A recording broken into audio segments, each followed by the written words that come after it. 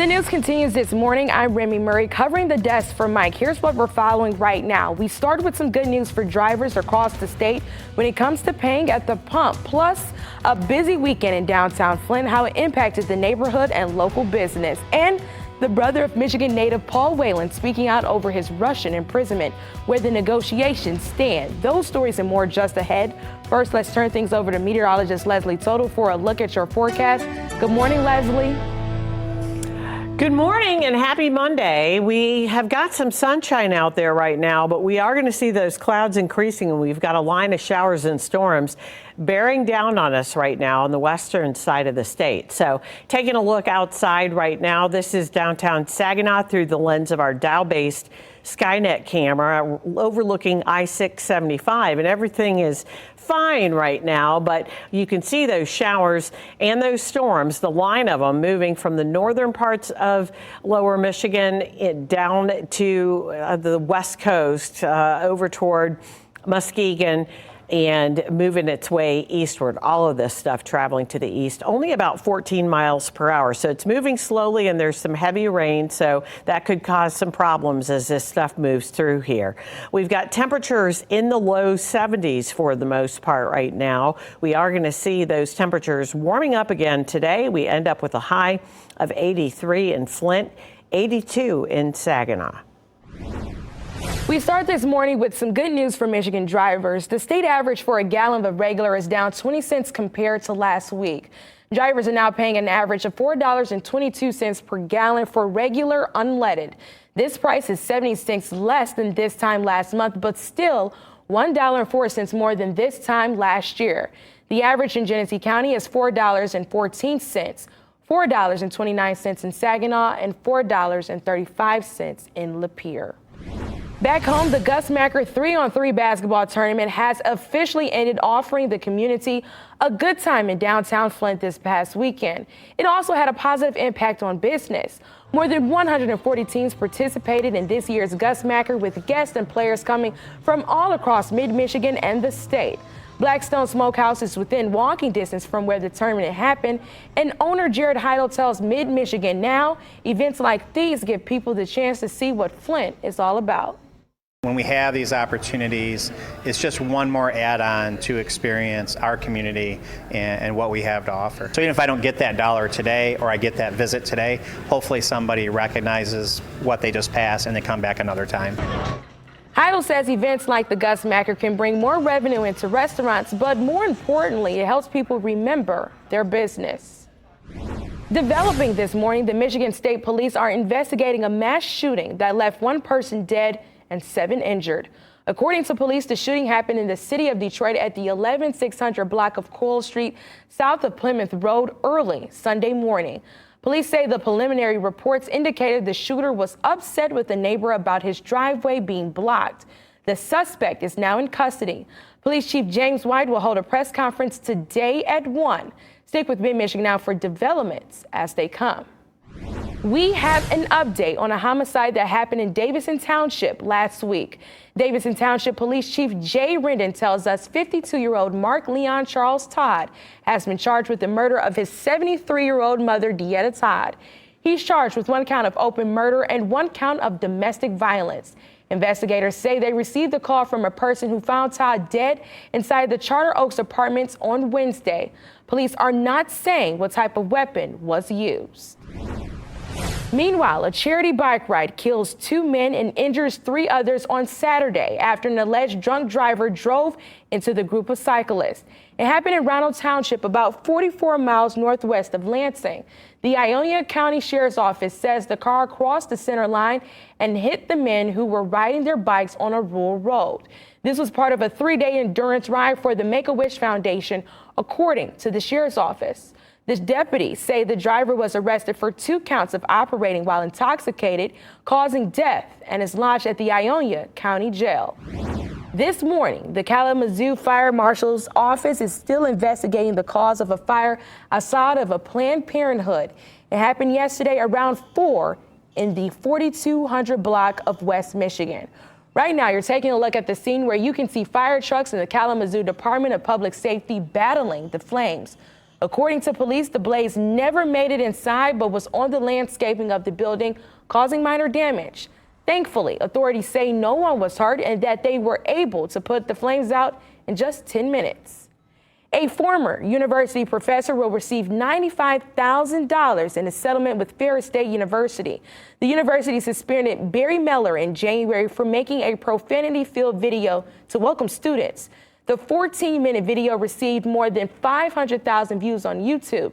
Miller used profanities and made sexual references as he rambled on about his attendance policy, grades, plagiarism, and COVID-19. The former professor said the university violated his free speech rights when they suspended him. As part of the deal, Miller retired from Ferris State. He and the university also agreed not to criticize each other over the next 3 years. Today, the Senate could vote on providing additional health care and disability funding for veterans exposed to toxic burn pits while serving our country. Last month, the Senate passed the bill 84-14. Then the House passed it with a procedural change, but 25 additional Senate Republicans balked when it came back and demanded an amendment. That's drawing outrage from some veterans and their families. If they understood just one day in our shoes, they wouldn't be playing with the lives of our nation's defenders. It's not a matter of partisan politics. It's a matter of saving lives and making sure that our veterans are taken care of. Lawmakers in both parties say in the end, the Senate will likely pass the bill with bipartisan support. New this morning, Speaker of the House Nancy Pelosi has now landed in Singapore to kick off her Asia tour. Pelosi is meeting with the Singapore president, prime minister, and other cabinet ministers. There is speculation that Speaker Pelosi may visit Taiwan, which has attracted controversial international attention, possibly fueling tensions between the Chinese and U.S. governments. But it is not certain whether or not she will visit. She also plans to visit Malaysia, South Korea, and Japan to discuss trade, COVID-19, climate change, security, democratic governance, and to discuss shared interests among allies. The brother of Michigan native Paul Whelan is praising a proposed prisoner swap made by the Biden administration. Whelan, a former U.S. Marine, has been held by Russia for alleged espionage since 2018. But some in the Biden White House say Russia's counteroffer is a sign of bad faith. The Russians want to include a convicted murderer in prison in Germany in the deal to return Whelan and Brittany Griner. But Whelan's brother says it's a positive sign that the two sides are talking. Cautiously optimistic. I think this is the best opportunity we have been aware of, and hopefully the Russian government will see for their own self-interest that it's a good deal. To get this far, President Biden had to override opposition from the Department of Justice, which generally opposes any prisoner trades. David Whelan says his brother Paul is currently not doing well because the prison has been forced to cut back on food due to sanctions imposed as a result of the invasion of Ukraine. However, Russian president has signed a new doctrine that casts the U.S. as Russia's main rival. This is all new this morning. As part of Russia's Navy Day, the president signed the 55-page document that details goals for the country's military. It also involves becoming a great maritime power across the world. It says the main threat to Russia is America's strategic policy to, quote, dominate the world's oceans and the NATO allowance inching closer towards Russia's borders. The doctrine lays out a plan to add global naval bases and build alliances with India, Iran, and Iraq.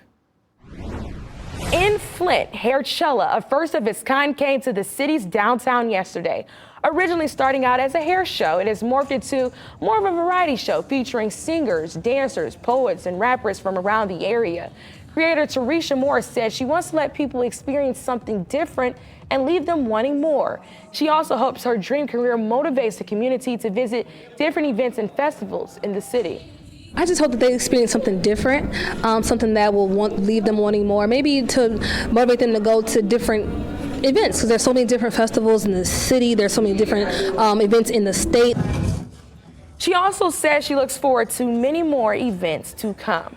Also happening in Flint, an honor ceremony happened this weekend to rename Flint Fire Station #1 after Joseph Davis Jr. Davis blazed the trail as Flint's first African-American firefighter, beginning his career in 1961. Of the 24 years he served the Flint community, he was the only African-American firefighter for 14 of those years, retiring in November 1985 as a provisional sergeant. Mid-Michigan Now spoke to Davis, who seemed surprised by the honor. I was just dumbfounded. It was just hard to believe. I didn't know what to say. I hope they continue to be as watchful for the citizens of Flint. What defines us is how we rise, and we've done a great job here today making sure we honored this great individual for the service that he gave to this community and also to his country. More than 100 people attended the ceremony to rename the station as the Joe Davis Jr. Fire Station No. 1. Retired Flint firefighters originally suggested the idea, which gained Mayor Neely's support, who then moved forward with the renaming. One city council unanimously voted to approve on July 11th. Whoever won more than $1 billion in the Mega Millions Lotto has not come forward yet. This gas station in Des Plaines, Illinois, is where somebody purchased the winning ticket, that is. But a spokesperson for the Illinois Lottery says nobody has tried to cash it in yet. I would have been did it. The winner has up to 1 year from the time of the drawing to claim the prize. We may never know who won, though, because state law says people who win more than $250,000 can stay anonymous. The president is still COVID positive. An update on his health just ahead. Plus, one state declares a disaster emergency for the monkeypox outbreak, where that is in keeping you healthy.